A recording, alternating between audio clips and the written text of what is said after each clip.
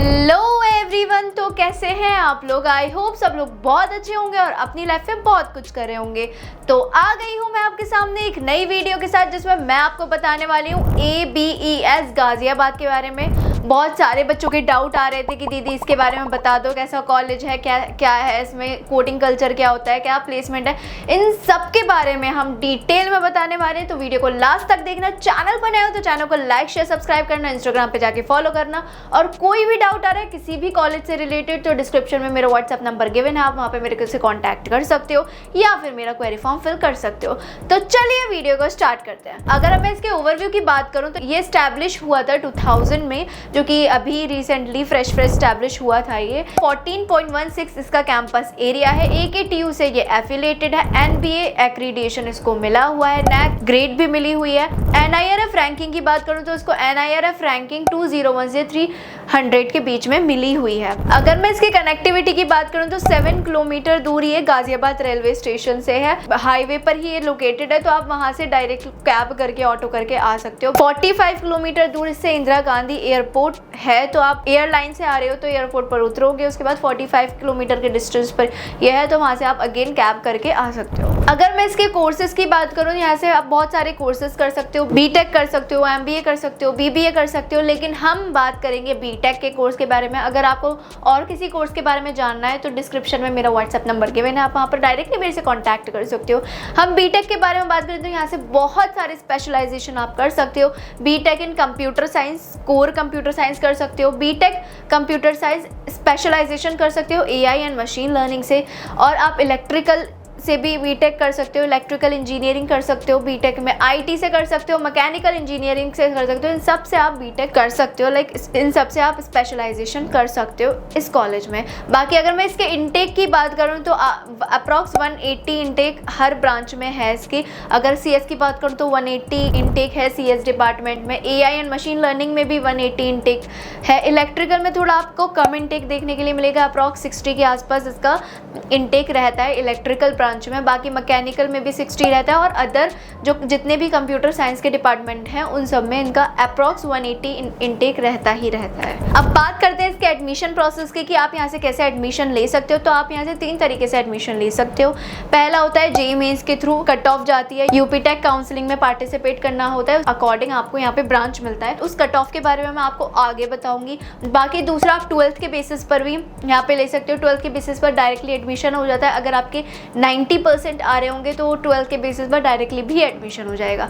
तीसरा होता है मैनेजमेंट कोटा के थ्रू। मैनेजमेंट कोटा के थ्रू, यार देखो, अगर आप मैनेजमेंट कोटा के थ्रू इस कॉलेज में एडमिशन ले रहे हो तो आप थोड़ा ध्यान से लो, क्योंकि इसमें बहुत ज़्यादा स्कैम्स होते हैं। लाइक लोग आपसे कांटेक्ट कर लेते हैं ये बोल कर कि आप थोड़े से हम कम पैसों में करा देंगे, बट ऐसा कुछ नहीं होता है। मैनेजमेंट कोटा के थ्रू बहुत पैसा लगता है। अगर आप ले रहे हो तो उसके लिए भी आपको बहुत ऑथराइज्ड पर्सन होते हैं, उनसे कांटेक्ट करना होता है। बाकी अगर मैनेजमेंट कोटा के थ्रू आपको एडमिशन लेना है तो मेरे से आप कांटेक्ट कर सकते हो। मेरे कुछ नोन में है, मैं आपका कांटेक्ट करा दूंगी मैनेजमेंट कोटा के थ्रू, अगर आपको इस कॉलेज में लेना है तो। अगर मैं इसके कट ऑफ की बात करूँ, JEE मेंस के थ्रू अगर आप ले रहे हो, लास्ट ईयर इसकी कट ऑफ गई थी 2,16,000, तो उसके अकॉर्डिंग भी इस साल देख सकते हो कितनी जा सकती है।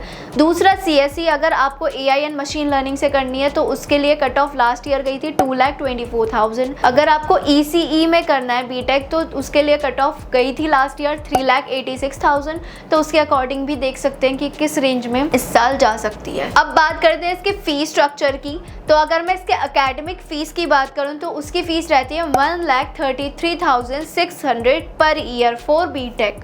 बाकी यूनिवर्सिटी की फ़ीस जो रहती है, लाइक जो AKTU में कॉलेजेस होते हैं उनकी एग्ज़ाम फ़ी होती है, जो कि हर साल आपको पे करनी पड़ती है, जो कि अप्रॉक्स 7,865 रुपीज़ की होती है, जो कि आपको पे करनी पड़ती है हर साल। हर AKTU में ये फ़ीस होती है, कंपलसरी आपको पे करनी पड़ती है। अब बात करते हैं इसके प्लेसमेंट की कि अगर फ़ीस इतनी जा रही है तो प्लेसमेंट का क्या है, क्या इसका रेशियो है। अगर मैं इसके प्लेसमेंट की बात करूँ तो देखो, इसका हाईएस्ट प्लेसमेंट अभी तक का 60 लाख पर एनम रहा है। अगर मैं इसके कंपनीज की बात करूं तो Amazon, टाटा, HCL, AVL जैसी कंपनीज यहाँ पर आती ही प्लेसमेंट बहुत अच्छा है, बट उसको देखते हुए एवरेज प्लेसमेंट थोड़ा लाइक उसके अकॉर्डिंग मुझे लगता है कि ठीक नहीं है। अगर मैं इसके एवरेज प्लेसमेंट की बात करूं तो 6 लाख इसका एवरेज प्लेसमेंट रहा है, मीडियन इसका 4.5 लाख रहा है, जो कि अगेन बहुत कम है। अब देख कर करना कि आपको यहाँ से बीटेक करना है या नहीं करना है, तो थोड़ा सोच समझ के करना। बाकी गाइडेंस के लिए तो मैं हूँ ही। अगर मैं इसके प्लेसमेंट रेशियो की बात करूँ तो 92% ये इसकी वेबसाइट पर लिखा हुआ है कि प्लेस हो ही जाते हैं स्टूडेंट जो यहाँ से बीटेक करते हैं। तो ये प्लस पॉइंट हो सकता है आपके लिए अगर आप इस कॉलेज से बीटेक करना चाह रहे हो, क्योंकि ये AKTU से एफिलेटेड है, तो आप वहाँ पे सिलेबस देख ही सकते हो। अब अपडेटेड सिलेबस तो होता नहीं है, जो आप स्टूडेंट्स पढ़ रहे होते हैं वही सिलेबस होता है, तो सिलेबस की तो टेंशन लेना ही नहीं है आपको।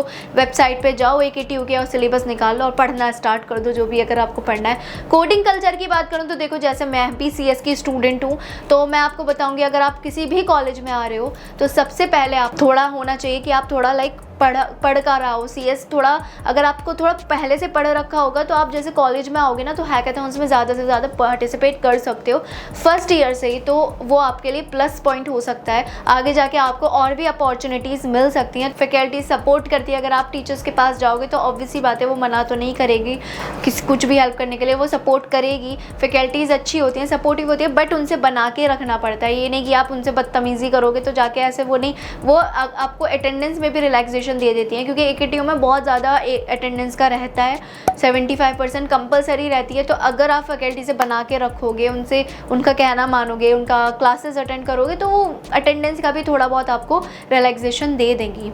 बाकी लैंग्वेज की बात करूँ तो लैंग्वेज का देखो ऐसा कोई इशू होता नहीं है। अगर आप कहीं और से आ रहे हो तो लैंग्वेज का मुझे नहीं लगता ऐसा कुछ इशू होने वाला है। मोस्ट ऑफ द चीज़ें फैकल्टीज आपको हिंदी में एक्सप्लेन करेंगी, हिंदी एंड इंग्लिश मिक्सअप होगा, तो लैंग्वेज का ऐसे कोई इशू होने वाला है नहीं। स्टार्टअप कल्चर की बात करूँ तो स्टार्टअप कल्चर भी रहता है। अगर आपका कोई भी स्टार्टअप है या फिर आपका माइंड में कोई आइडिया चल रहा है, फैकल्टीज़ के पास जाओगे तो वहाँ से सपोर्ट मिलेगा। अब तो बहुत सारे जगह पर इनक्यूबेशन सेंटर जैसी चीज़ें भी आ गई हैं, तो वहाँ से भी आपको बहुत सपोर्ट मिल सकता है स्टार्टअप्स के लिए। अगर आपका कोई आइडिया है तो वहाँ पर आप प्रेजेंट कर सकते हो। अच्छा लगा तो आपको फंडिंग भी मिल जाएगी कॉलेज की तरफ से, तो विच इज़ प्लस पॉइंट मुझे लगता है स्टार्टअप के लिए। इंटर्नशिप की अगर मैं बात करूँ तो देखो, अगर आप फर्स्ट ईयर के स्टूडेंट हो तो ऐसे पेड इंटर्नशिप तो आपको मिलेगी नहीं, क्योंकि आप फ्रेशर हो। अनपेड मिलेगी तो वो भी करना, आप कोई भी अपॉर्चुनिटी मत छोड़ना। मैं बोल रही हूँ दोबारा, अगर आप कॉलेज में आ रहे हो, जितनी अपॉर्चुनिटी मिल रही है आप करते रहना। कोई भी अपॉर्चुनिटी को ऐसे मत सोचना, हल्के में मत लेना। अगर वो अनपेड भी है तो भी आप करना, कम से कम सर्टिफिकेट मिलेगा, उससे अलावा आपको नॉलेज मिलेगी, एक्सपीरियंस मिलेगा कुछ ही काम को करने के लिए, विच इज़ प्लस पॉइंट अगर आप कॉलेज में आ रहे हो। फर्स्ट ईयर में तो यार देखो इंटर्नशिप अनपेड ही होती है, स्किल्स के बेसिस पर होती है। सेकेंड ईयर तक आते आते पेड भी हो सकती है, अनपेड भी हो सकती है, लेकिन थर्ड ईयर से मोस्ट ऑफ द स्टूडेंट्स की जो इंटर्नशिप से लगती है वो पेड ही होती है। फोर्थ ईयर में ऐसे कोई इंटर्नशिप का होता नहीं है। फोर्थ ईयर में तो यार ज़्यादा से ज़्यादा स्टूडेंट्स की जॉब लग जाती है, उन लोगों की नहीं लगती है जिन्होंने स्टार्टिंग से कोई फोकस करा ही नहीं होता है इंटर्नशिप्स पे। उन लोगों की मुझे नहीं लगता लगती है। अभी तक तो मैंने वही देखा है, जो बच्चे स्टार्टिंग से फोकस होके पढ़ते हैं, फोकस होके इंटर्नशिप्स कर रहे होते हैं, उन्हीं की फोर्थ ईयर में जाके आसानी से जॉब लग जाती है, ऐसे उन्हें दौड़ना वोड़ना नहीं पड़ता। तो फोर्थ ईयर में तो इंटर्नशिप की टेंशन नहीं लेनी है आपको, फोर्थ ईयर में जॉब की टेंशन लेनी है, इंटर्नशिप की टेंशन नहीं लेनी है। बाकी अगर मैं इसके फेस्ट की बात करूँ तो देखो, फेस्ट तो होता है लेकिन बहुत ज़्यादा फेस्ट नहीं होता है जैसे अदर कॉलेजेस में आपको MAT में या फिर गलगोटिया यूनिवर्सिटीज़ जैसे कॉलेजेस में फेस्ट होता है, उस टाइप का फेस्ट तो यहाँ पर नहीं होता है। बट हाँ होता है, जैसे ILM में हो गया, उस टाइप से फेस्ट होता रहता है यहाँ पर। बाकी स्पोर्ट्स फैसिलिटीज़ भी है, कॉलेज है तो ऑब्वियसली स्पोर्ट फैसिलिटीज़ ये प्रोवाइड करेगा। हॉस्टल भी है, मेस भी है, हॉस्टल एंड मेस फैसिलिटीज़ यहाँ रहती है, 2 सीटर 3 सीटर जिसमें भी आपको रहना है। बाकी अगर मैं इसके हॉस्टल के फ़ीस की एक बार और अगर बात करूँ तो हॉस्टल की फ़ीस रहती है इसकी 1,09,000 फॉर नॉन AC। अगर आप 4 सीटर में ले रहे हो तो 1,09,000 रहती है नॉन AC के लिए। AC में अगर आपको जाना है तो 1,90,000 लगती है। AC वालों के लिए अगर आप 4 सीटर ले रहे हो तो कॉलेज की फ़ीस से हॉस्टल की फ़ीस ज़्यादा ही होती है, क्योंकि वो अदर फैसिलिटीज़ भी प्रोवाइड करता है।